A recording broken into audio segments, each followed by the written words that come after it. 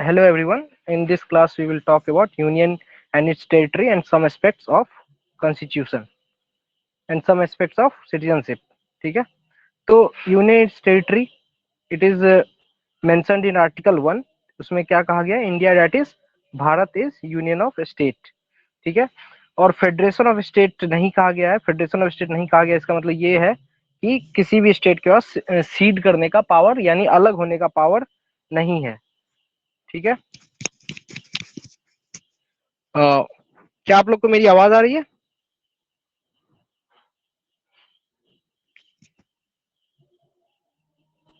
आवाज आ रही है? यस या नो बोल देता. Okay fine. तो आर्टिकल 1 में ये कहा गया है कि it's talk about territory of India और India is union of state. It is not federation of state. इसका मतलब बस ये हुआ कि किसी भी स्टेट के पास सीड करने का पावर नहीं है. और it is union of state मतलब it is not as a result of agreement. ठीक है, तो टेरिटरी ऑफ इंडिया मैंने कहा था it is a broader concept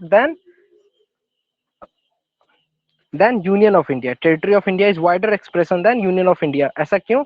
Because territory of India includes territories of state, okay, territories of state, then union territory and territories that may be acquired by government of India at any time. While Union of India क्या include करता है? It includes only states. ठीक है, it includes only states जो कि अभी India का part है. ठीक है, या फिर जो ऑफिशियली रिकॉग्नाइज्ड है. But territory of India is wider expression that includes territory of state UT as well as territories that may be acquired by government of India. ठीक है, नेक्स्ट देन कम्स आर्टिकल 2. तो article 2 it empowers parliament to admit into union of India. या तो admit कर देगा, ठीक है, और या फिर एस्टेब्लिश करेगा which is not in existence. अगर कोई किसी स्टेट को हम बाहर से एडमिशन देते हैं किसी और न्यू स्टेट को हम फॉर्म करते हैं जो कि ऑलरेडी एग्जिस्टेंस में नहीं है, तो that will come under article 2. ठीक है, that is admit into union of India new states. For example Sikkim को हमने एडमिट किया था या फिर हम कोई एस्टेब्लिश करते न्यू स्टेट को. Then article 3. ठीक है, आर्टिकल 2 और आर्टिकल 3 में वर्ड्स का बहुत कॉम्प्लिकेशन है, इसको आप ध्यान रखना क्योंकि आर्टिकल 2 और आर्टिकल 3 को लेके एक स्टेटमेंट दे दिया जाता है चेंज करके और फिर आपको कंफ्यूज कर दिया जा सकता है. तो आर्टिकल 2 हो गया to admit, to give admission. Admission किसको देंगे आप? बाहर वाले को. ठीक है, क्लास में एडमिशन कौन लेता है? कोई बाहर वाला. तो admit into union of India. Then article 3. Article 3 में आता है अगर आप ऑलरेडी स्टेट है एग्जिस्टेंस में और उसके साइज को आप इंक्रीज करते हो या डिमिनिश करते हो, उसके बाउंड्री को अल्टर करते हो. ठीक है, for example Bihar was bifurcated into Bihar and Jharkhand, तो ये सब होगा आर्टिकल 3 के अंदर.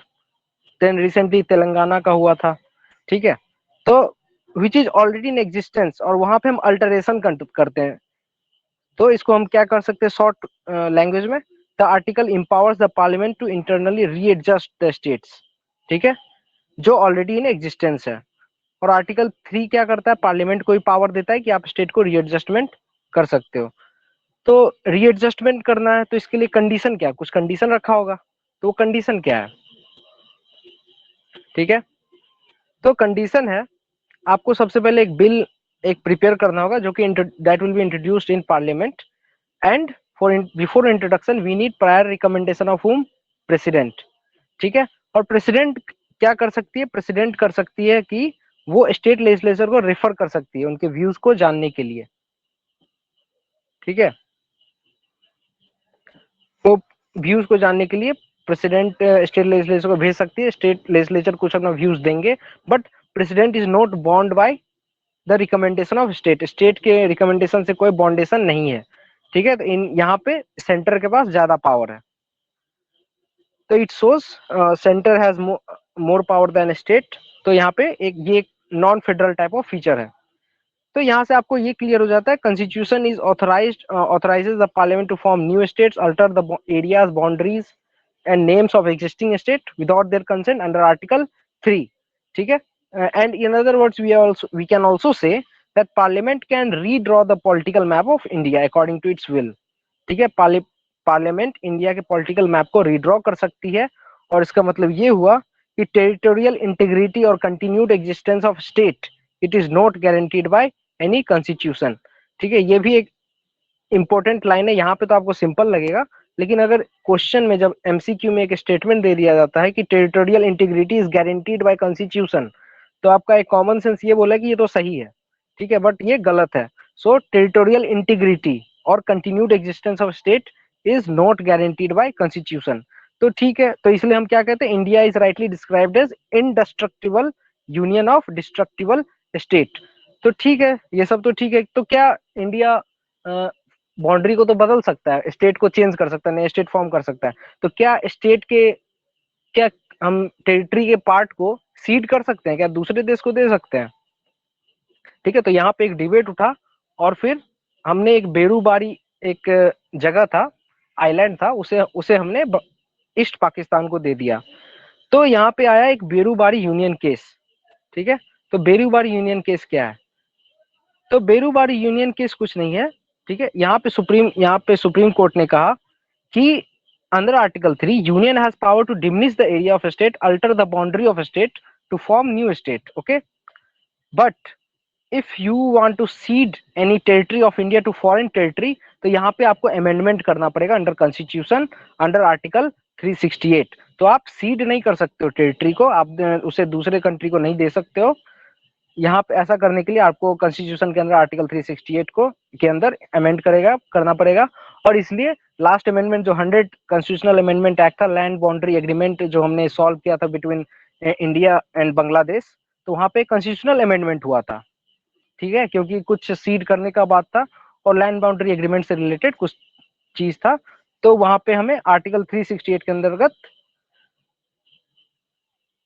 अमेंड करना पड़ा। ठीक है, तो सुप्रीम कोर्ट ने 1969 में क्या रूल किया? उन्होंने रूल किया कि सेटलमेंट ऑफ बाउंड्री, अगर सेटलमेंट ऑफ बाउंड्री किया जाता है, if there is dispute with other country और वहां पे सेटलमेंट करना है, तो वहां पे एग्जीक्यूटिव एक्शन भी हम ले सकते हैं। यहाँ पे it does not involve cession of Indian territory to foreign country. मतलब अगर कुछ सेटलमेंट करना है, बाउंड्री डिस्प्यूट है, तो वहां पे एक एग्जीक्यूटिव एक्शन लिया जा सकता है, लेकिन आप टेरिटरी को सीड कर रहे हो तो वहां पे कॉन्स्टिट्यूशनल अमेंडमेंट एक्ट होगा। ठीक है, तो 100 कॉन्स्टिट्यूशनल अमेंडमेंट एक्ट ये मैंने बता दिया कि for acquiring certain territory of India, transfer of state to Bangladesh, तो यहाँ पे हमने अमेंडमेंट की थी। Then comes article 4। ठीक है, आर्टिकल 4 में क्या आता है? तो आर्टिकल 3 में तो ये चेंजेस था। यहाँ पे ये कहा गया कि जो भी लॉ पार्लियामेंट बनाती है अंडर आर्टिकल 2 या अंडर आर्टिकल 3, तो उसे अमेंडमेंट नहीं माना जाएगा अंडर आर्टिकल 368। अगर आर्टिकल 2 और आर्टिकल के 3 अंतर्गत अगर हम कुछ भी बदलाव लाते हैं, तो that will not be considered as constitutional amendment under article 368। तो यहाँ पे हम सिंपल मेजोरिटी से लॉ को पास कर सकते हैं। ठीक है, bye simple legislative process. Okay, simple majority याद रखना, सिंपल मेजोरिटी की स्टेट को फॉर्म करने के लिए सिंपल मेजोरिटी की जरूरत है अंदर article 2 and article 3 also. Okay, तो ठीक है, 1947 हमारा आजाद हुआ भारत, फिर 1950 में कॉन्स्टिट्यूशन भी इनैक्ट हो गया। तो शुरू में क्या था? इंटीग्रेट, पहले तो प्रिंसली स्टेट के पास ऑप्शन था कि आप या तो इंडिया में ज्वाइन करो या पाकिस्तान में ज्वाइन करो, लेकिन बाद में प्रिंसली स्टेट के पास 3 ऑप्शन थे, either join India, either join Pakistan और रिमेन इंडिपेंडेंट। तो बहुत सारे जो किंगडम थे वो इंडिया में ही ज्वाइन किए, लेकिन देयर वाज 3 केस वहां पे जो प्रॉब्लम हुआ हमें। एक था हैदराबाद, दूसरा था जूनागढ़ और तीसरा था कश्मीर। ये तो आपको पता ही होगा, हैदराबाद में सरदार वल्लभ भाई पटेल से जो डिस्कशन हुआ था निजाम का। ठीक है, तो हैदराबाद को हमने एक्वायर कर लिया बाय पुलिस एक्शन। ठीक है, पुलिस एक्शन। देन जूनागढ़ को हमने एक्वायर कर लिया by popular vote, that is called referendum. ठीक है, तो वहां पे हैदराबाद में हमने रेफरेंडम करा लिया, सॉरी हैदराबाद में हमने पुलिस एक्शन से उसे जीत लिया।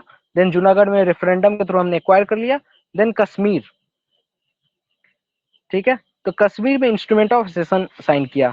हुआ ये था कि कोई भी प्रिंसली स्टेट जो अगर आनाकानी करता था, तो हम वहां पे चालाकी से कुछ रिवोल्ट क्रिएट करते थे। तो धीरे धीरे पाकिस्तान ये बात समझ गया और कश्मीर तक पहुंचते पहुंचते वो थोड़ा आगे बढ़ गया और हमसे भी थोड़ा लेट हो गई। ठीक है, लेकिन इसलिए हमें यहाँ पे इंस्ट्रूमेंट ऑफ सेशन का सहारा लेना पड़ा। तो कश्मीर को हमने इंस्ट्रूमेंट ऑफ एसेशन से अपने इंटीग्रेट किया। तो 1950 में 4 फोल्ड क्लासिफिकेशन थी, 4 क्लासिफिकेशन था 1950 में, part A, part B, part C, part D. ठीक है, पार्ट ए में था जो पहले गवर्नर का प्रोविंस था ब्रिटिश इंडिया में। देन पार्ट बी था जो प्रिंसली स्टेट थे जिसके पास लेजिस्लेचर भी थी। देन पार्ट सी था chief commissioner provinces. Then part D था अंडमान एंड निकोबार आइलैंड्स। ठीक है, तो अभी तक तो ठीक चल रहा था, लेकिन कुछ समय बाद एक डिमांड उठने लगी कि जो भी लिंग्विस्टिक स्टेट थे, जैसे आंध्र प्रदेश में तेलुगु स्पीकिंग जो रीजन थे, तेलुगु स्पीकिंग जो रीजन था, वहां पे आंध्र प्रदेश का डिमांड उठने लगा।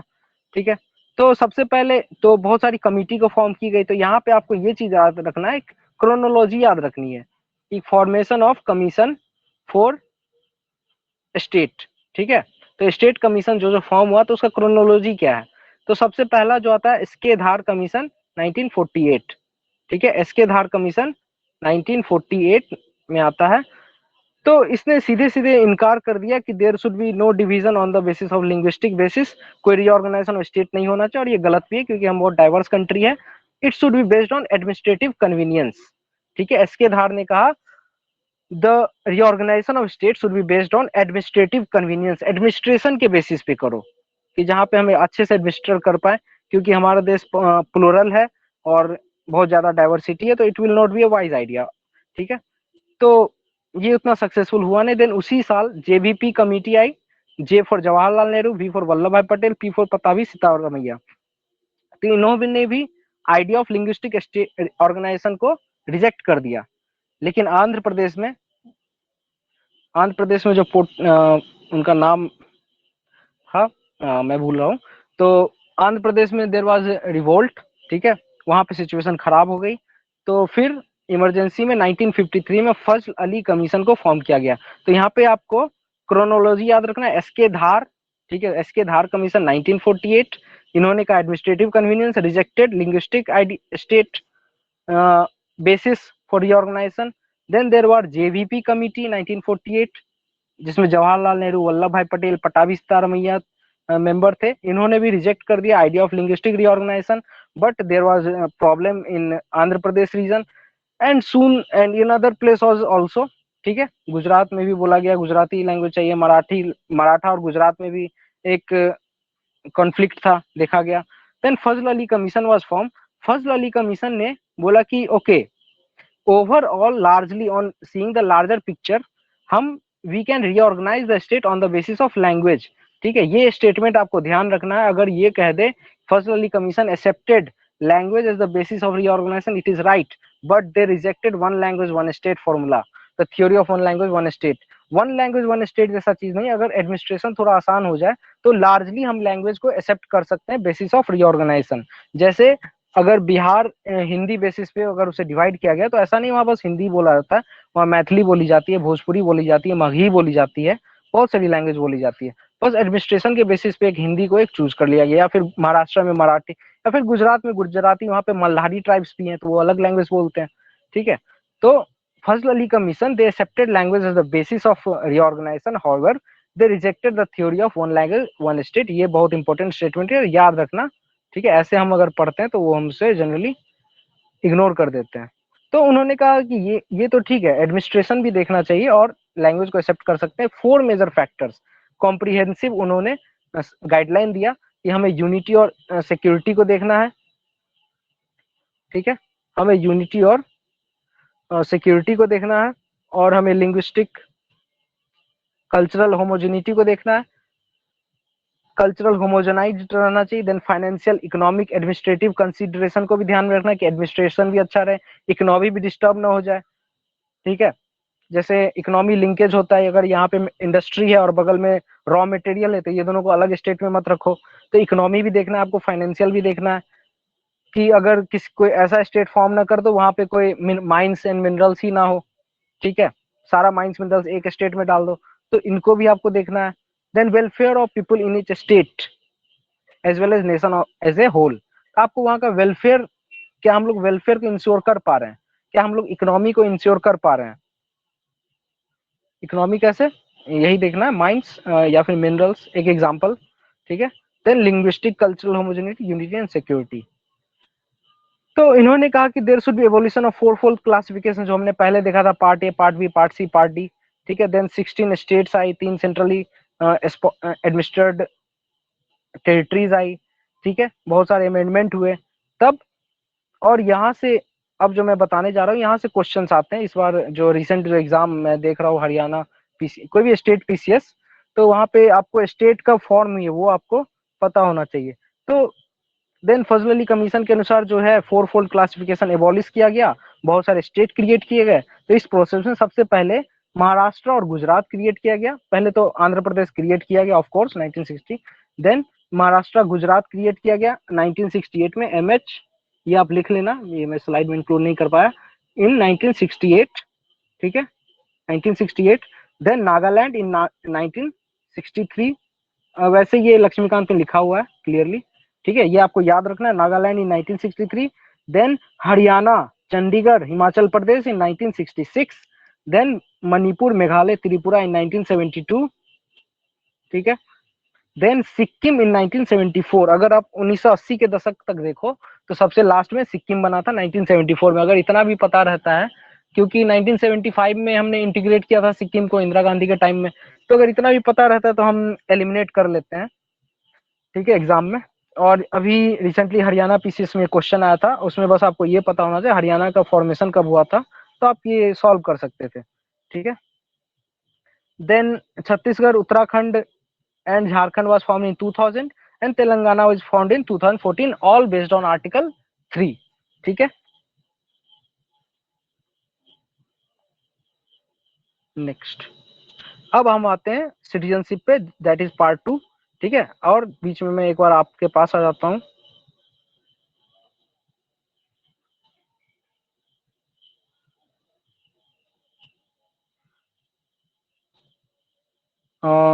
हेलो डैनी, समझ में आ रहा है any dot?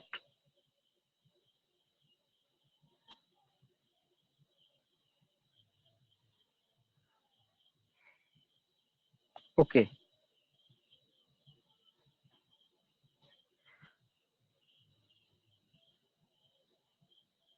Then part 2 citizenship. तो हम लोग यहाँ पे बात करेंगे सिटीजनशिप का। Part 2 which contains under citizenship contained under article 5 to 11। तो यहाँ पे कॉन्स्टिट्यूशन जो है, कॉन्स्टिट्यूशन ने पार्लियामेंट को एम्पावर किया कि you can determine the citizenship from time to time by enacting a law. Constitution ने पार्लियामेंट को पावर दिया सिटीजनशिप के क्या बेसिस होंगे उसके लिए लॉ फॉर्म करने को, और कंसिक्वेंटली पार्लियामेंट ने सिटीजनशिप एक्ट 1955 को फॉर्म किया, ठीक है। और कॉन्स्टिट्यूशन कुछ पावर देती है सिटीजन ऑफ इंडिया को, और वो फॉरेन को नहीं देती है, फॉरेनर्स को नहीं देती है। तो वो क्या है?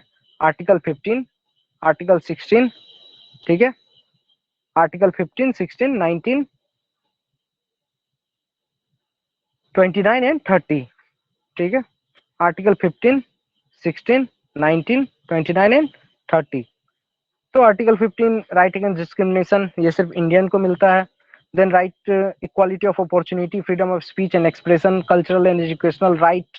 Then right to vote in election in Lok Sabha, right to contest for membership of parliament, eligibility to hold public offices like President of India, Vice President, Judge of Supreme Court, High Court, Governor, Attorney General of India, Advocate। तो ये सब जो है सिर्फ Indian को, citizen, जो Indian citizen है उनको ये राइट दिया गया एक्सक्लूसिवली, ये कॉन्स्टिट्यूशन देता है। और इसके अलावा सिटीजनशिप का अगर हम बात करें तो सिटीजन, तो सिटीजन कॉन्स्टिट्यूशन पार्लियामेंट को पावर देता है कि you can enact any law for citizenship. और पार्लियामेंट ने सबसे पहले फ्रेम किया सिटीजनशिप अमेंडमेंट एक्ट 1955। तो कॉन्स्टिट्यूशनल प्रोविजन क्या है? सबसे पहले कॉन्स्टिट्यूशनल प्रोविजन 5, 6, 7, 8 ही दिया हुआ है। तो 5, 6, 7, 8 में क्या आता है कि person domiciled in India. Article 5 बात करता है कि जो भी पर्सन जो इंडिया में ही थे तो उनके डोमिसाइल के बारे में बात करता है। Then article 6 talks about those person who migrated from Pakistan, ठीक है, उनके सिटीजनशिप का बात करता है जो आजादी के बाद पाकिस्तान चले गए but they came back. Then article 7 talks about they migrated to Pakistan but later returned, ठीक है, माइग्रेट कर गए। And article 8 talks about Indian origin residing outside India. तो इन सब का सिटीजनशिप के बारे में ये सब आर्टिकल्स बात करते हैं 5, 6, 7, 8। ठीक है। Then what are the process for acquiring citizenship? ठीक है, तो देयर आर 5 प्रोसेस। सबसे पहले क्या, बाय बर्थ। ठीक है, अगर आप 1950 टू 1987 के बीच में बर्थ लिए हो इंडिया में, regardless of parents nationality, then you are Indian citizenship. देन अगर आपके किसी भी पेरेंट्स, अगर आप 1987 और 2004 के बीच में आपने जन्म लिया है, तो either of your parents, then after 2004 both the parents। ठीक है, तो पहले no need of any parent, अगर आपने जन्म लिया 1950 to 87 you are Indian citizen. then 1987 to 2004 at least one either of the parents should be citizen, then 2004 के बाद both। ठीक है, देन बाय डिसेंट भी आप सिटीजनशिप को एक्वायर कर सकते हो। 1950 टू 1992 डिसेंट में थोड़ा ऊपर आ जाना 1992।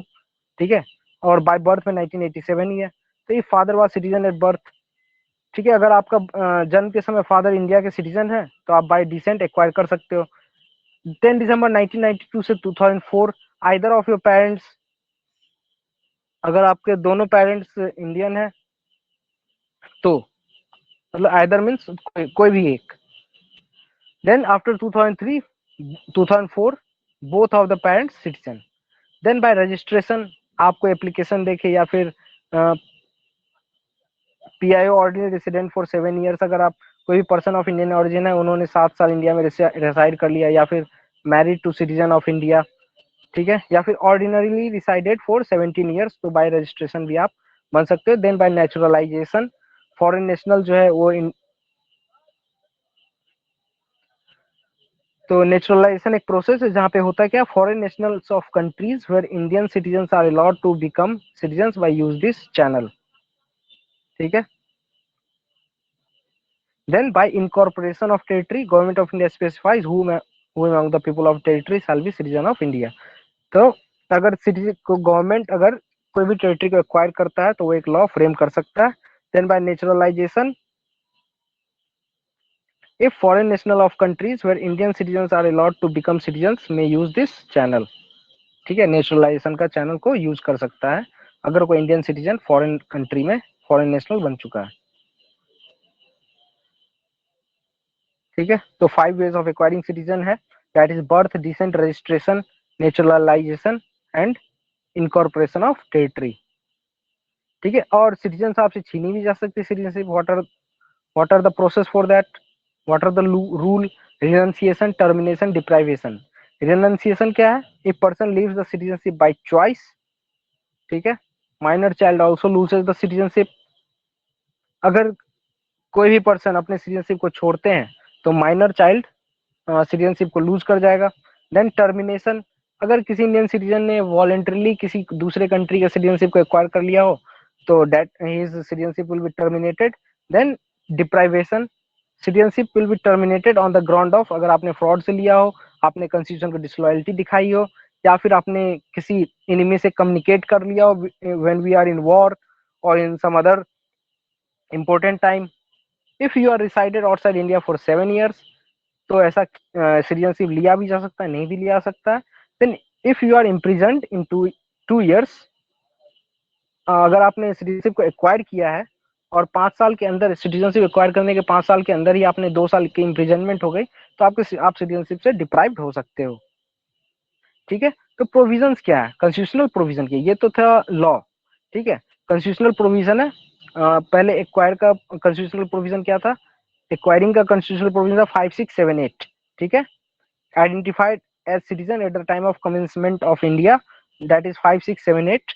देन अदर प्रोविजन क्या, लॉस ऑफ सिटीजनशिप का article 9, 10, 11, loss of citizenship voluntary acquired citizenship of other country, अगर आपने दूसरे कंट्री की सिटीजनशिप एक्वायर कर लिया तो वो अंदर आर्टिकल 9 में आप अंडर आर्टिकल 9 आपके सिटीजनशिप को छीन ली जाएगी। Then under article 10 every citizen shall continue to be a citizen subject to law. Then article 11 article 10 के अनुसार every citizen shall be continue to be a citizen. ठीक है, सब्जेक्ट टू लॉ, अगर जैसा भी लॉ बनेगा उस लॉ के बेसिस पे आप सिटीजन रहोगे। Then parliament have the power to make provision with respect to citizenship, ये किसमें मेंशन है, आर्टिकल 11 में। और इसी बेसिस पे सिटीजनशिप एक्ट 1955 बनाया गया। ठीक है, तो this was all from me. ठीक है, सी यू नेक्स्ट डे।